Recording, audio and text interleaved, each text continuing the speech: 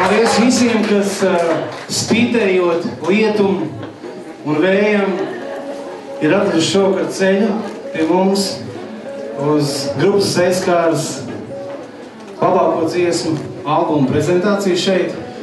Tad, kad es pats sapratu, kad grupai paliek 10 gadi, es sapratu to, ka laiks tomēr neskrien tik ātri, kā visi saka, laiks šausmīgi skrien. Ja? Jo man ir mājās vēl joprojām pirmā koncerta plakāts, un es atceros to pirmo koncertu. Man visvairāk tajā visā priecē tas, ka acīm redzot klausītāju sajūta tajās mūsu dziesmās to pašu momentu, kuru sajūtu es tās dziesmas radot, kad viņas ir patiesas, kad nav melu, nav nekad, teiksim, grupēs Aizkārs nav pieminētas vēlēšanās izpatikt. Ja?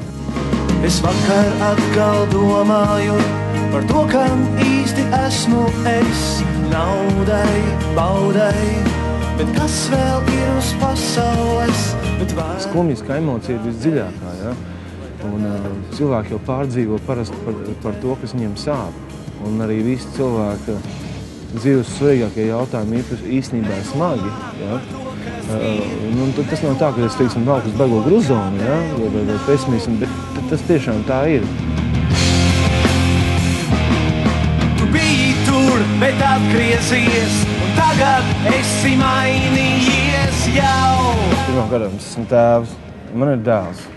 Ved viņu no rīta uz bērndārzu, vakarā lasu pasakas, mīdzinu viņu un pārnājam visādas, teiksim, piesardīgi puiku dzīves nianses. Viņš man prasa, kā man bija 5 gados, jo kas ir interesanti. Jā. Viņš iet tajā pašā bērndārzā, kur es, viņam ir tieši pat tas skapītis, kur bija man.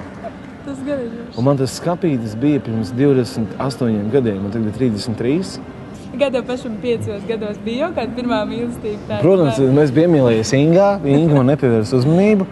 Tad es iemīlējos Evitā, neraugoties to, ka viņai tiešām nebija 4 priekšam tīrākais vampīrs. Tikai kaut kā manas jūtas, teiksim, nevainagojās, teiksim, ar panākumiem. Tātad šis jūtas nebija apusējis. Un tā mēs arī esam, teiksim... Tā mēs tagad varam parunāt. Evita, ja tu mani tagad redzi, uzrakst man uz draugos. Tevi,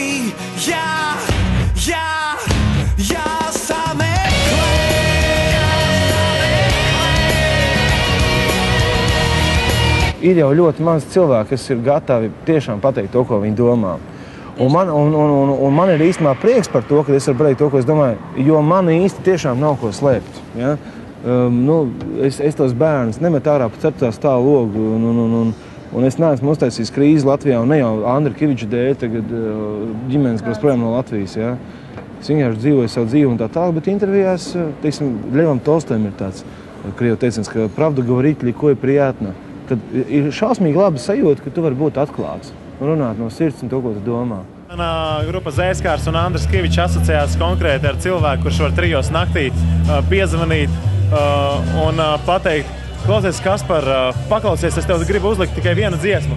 Un viņš uzliek grupas Gamefāzi dziesmu, vārdu izskaņa klusi čukstot, un viņš dzied līdzi. Un viņš saka, Kaspar, tu saproti, tev ir tik labas dziesmas, Kaspar, tevi meitenes mīl, tu esi tik smuks. Es saku, Andri, bet klausies, tev arī dziesmas labas, tu pats esi spēcīgs, smuks un tā. Aizkārs var pateikt, ka tā ir dziļa mūzika.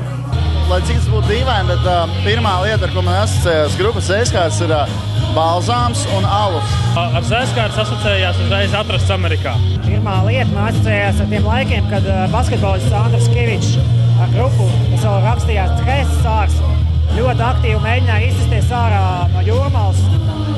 Būtībā daudz smaidīja par viņu, teica, ka tas neizdosies. Redz, ka izdevās.